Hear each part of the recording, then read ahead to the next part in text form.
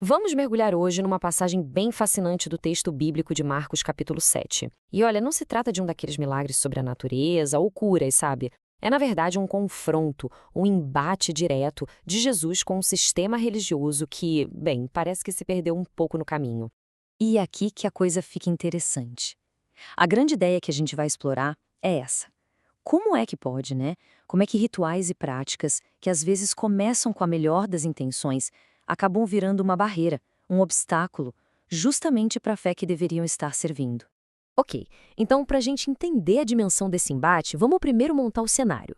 Quem eram as pessoas envolvidas e por que o clima estava tão pesado, prestes a explodir? Olha só que detalhe importante. A galera que aparece ali não tá lá por acaso, não.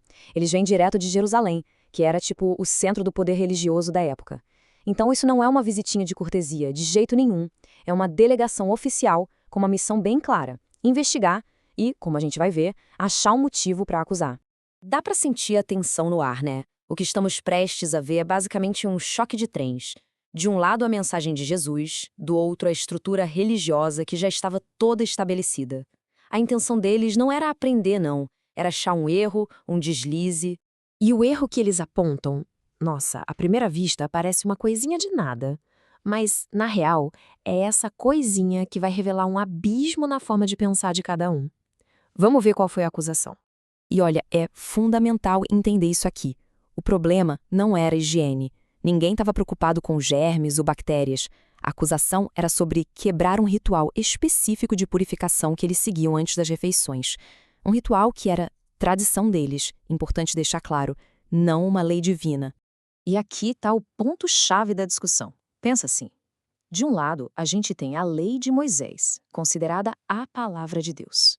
Do outro, a tal da tradição dos anciãos, que era, no fundo, um conjunto de regras criadas por homens. Então, a acusação contra os discípulos era por quebrar a tradição humana e não a lei divina. Essa diferença é tudo. Aí a resposta de Jesus vem e vira a mesa completamente. Em vez de ficar discutindo o detalhe externo de lavar as mãos, ele joga o debate para um nível muito mais profundo, a condição interna do coração. E para fazer isso, ele busca lá atrás as palavras do profeta Isaías. E a citação que ele usa é, nossa, é afiada. É como se ele colocasse um espelho na frente dos seus acusadores. Isso não é ele se defendendo de forma alguma. É um contra-ataque, uma acusação direta de volta para eles.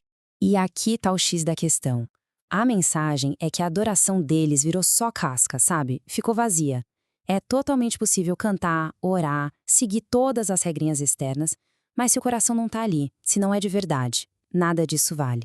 E para não deixar nenhuma ponta solta para que todo mundo entendesse bem, Jesus usa um exemplo prático, um estudo de caso, digamos assim. Ele vai mostrar na prática como a tradição deles estava sendo usada para literalmente anular um mandamento de Deus. A lógica é mais ou menos essa, presta atenção. O mandamento divino é super claro: honrar pai e mãe. Simples, né? Só que aí, a tradição que os homens criaram abriu uma brecha. Uma pessoa podia chegar e declarar que todos os seus bens eram um corban, ou seja, uma oferta dedicada a Deus. E aí vinha a malandragem.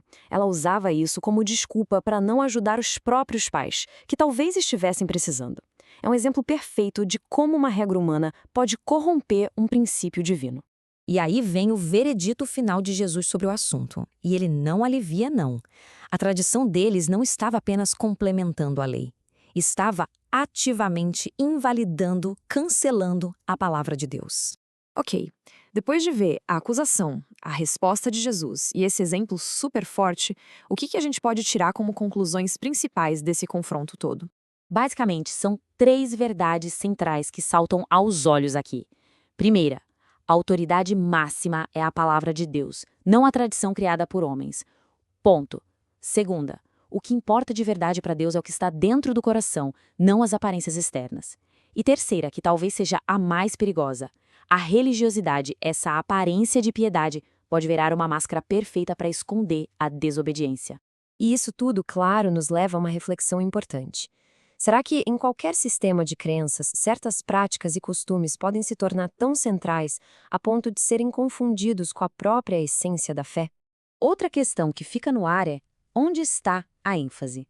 Em seguir uma lista de regras externas de coisas para fazer e não fazer, ou em cultivar uma transformação interna que seja genuína. E, talvez, a reflexão mais desafiadora de todas. Assim como no exemplo do Corban, será que discussões e argumentos religiosos não são usados, às vezes, como uma justificativa para evitar responsabilidades bem práticas e claras? E essa é uma percepção muito poderosa. O maior perigo, talvez, não seja o erro óbvio, escancarado, mas sim aquele erro que é justificado pela religião, transformando a desobediência em um ato de piedade. E é com isso que a gente conclui. A lição de Marcos 7 é um alerta atemporal sobre o perigo de a aparência substituir a essência. No fim, os fariseus se preocupavam em lavar as mãos por fora, mas a mensagem de Jesus aponta para a importância de ter um coração limpo por dentro. O convite, então, não era para reformar rituais, mas para uma transformação interna, que é sempre o ponto de partida para uma fé genuína.